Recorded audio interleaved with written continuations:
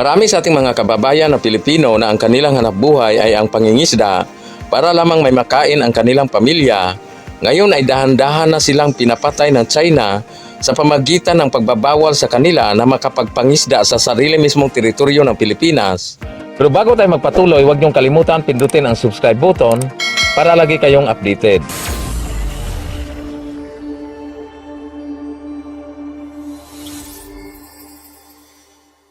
Ayon sa kwento ni Rodi Oreo, isang mangingisda na taga Masinloc, na mula nung teenager pa lang siya, ay naglalayag na siya at nangingisda doon sa loob ng South China Sea sa lugar ng Panatag o Scarborough Shoal.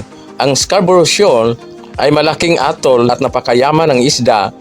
Ngayon si Ronald Rio ay 56 years old na at ayon sa kanya na ngayon pa lang ay napakadelikado na makapasok doon sa atol dahil sa agresibong ginawang panghaharas ng mga Chinese Coast Guard at mga Chinese Maritime Militia na kung saan kanilang inangkin ang mga atol at mga shoal na pag-aari ng Pilipinas. Problema dito sa amin is sarili nating palaisdahan. Kami naman po itong takbo ng takbo.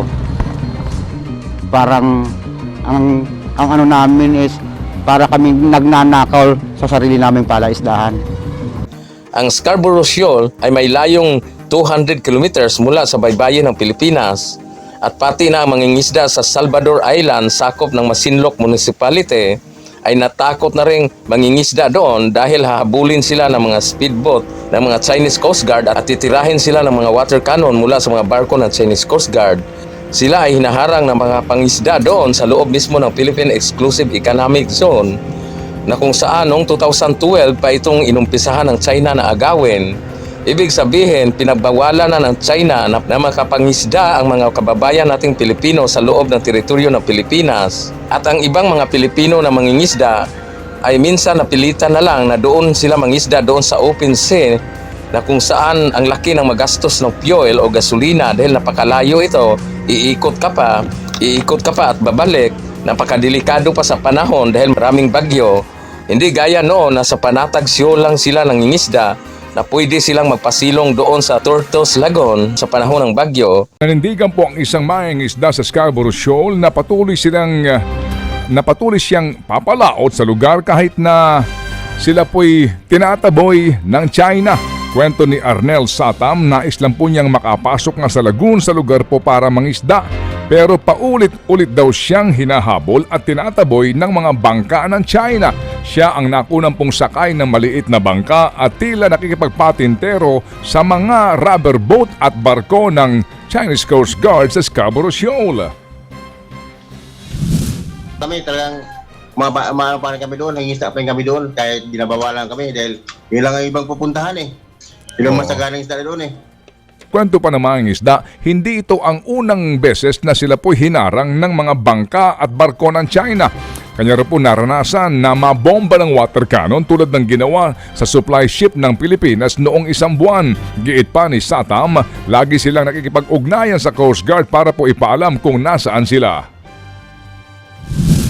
Matagal na yung water cannon kami na nakaraan, mga 3 taon na siguro nangyayari. Talagang binira kami ng water cannon. Paligwa pa kami sa buong bangkay. Talagang yung sinampay namin, talagang talsikan. 2 beses kami nangyari noon. Ngayon ang mga kababayan nating mangingisda, pinabalot na ng utang, gusto nilang mamumuhay pero pinalaya sila ng China. Ayon sa ilang mangingisda, gaya ni Jimmy Tabat na isa ring taga Masinloc, na dati 3 araw sila sa Panatag Shoal at makakuha sila ng maraming isda na sapat na sa kanilang pamilya at may maiipon pa sila ng kaunti. Pero ngayon ay wala na ayon kay Rio na sila ay umaasa na sila ay makabalik uli at makapangisda sa Panatag Shoal na mapayapa. At pati na ang grupo ng mangingisda sa Zambales, ang tinatawag na Pamalakaya, isang National Alliance for Fishermen, ayon sa kanila na mahigit sa 70% sa kanilang income ay nawala dahil ito sa restriction na pinatupad ng China sa Panatag Shoal na bago ang taong 2012, ang mangingisda ay kikita ng 8,000 to 10,000 piso a week bawat linggo, pero ngayon maswerte na kung kikita sila ng 2,000 o 3,000 sa isang linggo at minsan wala silang mauwi sa kanilang pamilya. At ayon sa Bureau of Fisheries and Aquatic Resources o BFAR, na ang South China Sea ay ang pinaka-importanting fishing ground na may mahigit sa 385,000 registered fishermen contributing of more than 304,000 metric ton of fish.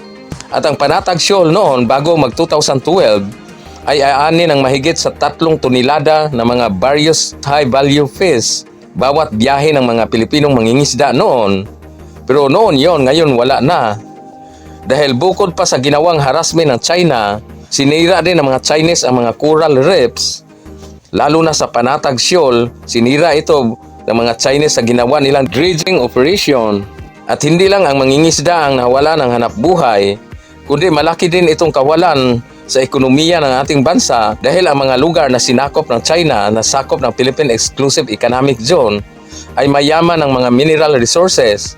Ito rin ay isa sa mga dahilan ng bangayan ng China at US at mga kaalyadong bansa kasama ang Pilipinas laban sa China. Ang bangayan na ito ay hindi lang ukol sa foreign policy or conflict of ideology between Western democracy and Chinese socialism, kundi ang isang bottom line nito, ang bottom line ng stand-up ay ang 11 billions of barrels of oils at ang 190 trillion cubic feet of natural gas. Isipin nyo, napakalaki niyan. Pag nakontrol na ng China lahat ng South China Sea, hindi na makadaan ang mga barko ng US patungong Korea, Japan at ibang mga kaalyadong bansa, lalo na ang kanilang mga military vessel dahil kontrolado na ito ng China. Kasama na ang 11 billion barrel of oil and 190 trillion of cubic feet of natural gas deposit. Kaya sulit ito na dahilan para magkagira. At matindi ito dahil si President Xi Jinping hindi ito titigil sa kanyang ambisyon. Di baling magagalit lahat ng mga kapitbahay na bansa sa Asia. At ang mga bansa na sakop ng United Nations ay nagdesisyon sa Hague Court of International Tribunal noong 2017 na illegal ang 9-dash line na laging iginiit ng China. Ayon sa data ng Department of Energy or DOE, ang total resources na pag-aari ng Pilipinas ay mayroong 6,203,000,000 barrels of total oil resources and only 12 billion of cubic feet of total gas or total natural gas resources in the West Philippine Sea. Kaya sinabi ni Senator Gatchalian sa ginawang Senate hearing na kailangan kikilos ang Pilipinas para ma-explore ang mga oil reserves doon sa West Philippine Sea para mabawasan na ang 98% of oil na ini-import ng Pilipinas sa ibang bansa. Pero ngayon lang tayo kikilos na halos kontrolado na lahat ng China ang mga teritoryo ng Pilipinas sa West Philippine Sea. Matandaan natin na noong 2017 ay tinakot pa ni President Xi Jinping si President Duterte na gigirahin niya ang Pilipinas pag mag-explore o mag-develop ng oil and gas resources ang Pilipinas sa West Philippine Sea. Isipin nyo yun, kung makukuha lang ng Pilipinas ang oil sa West Philippine Sea or ma-explore ito, 30% na lang ang kailangang i-import ng oil ng Pilipinas sa ibang bansa. Ang laking maitulong nito sa ekonomiya ng Pilipinas at bababa pa ang presyo ng kuryente. Ang nangyari ngayon ay ang China na ang nagtatayo ng mga construction or military base at mga airfield at walang tigil ang ginawang reclamation ng China.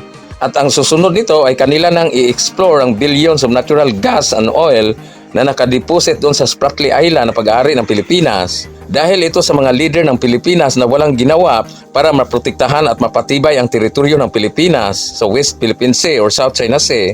Hindi man lang tinatayuan ng mga structure ang mga atol at mga reef na pag-aari ng Pilipinas. Ang laging katwiran, wala daw pundo.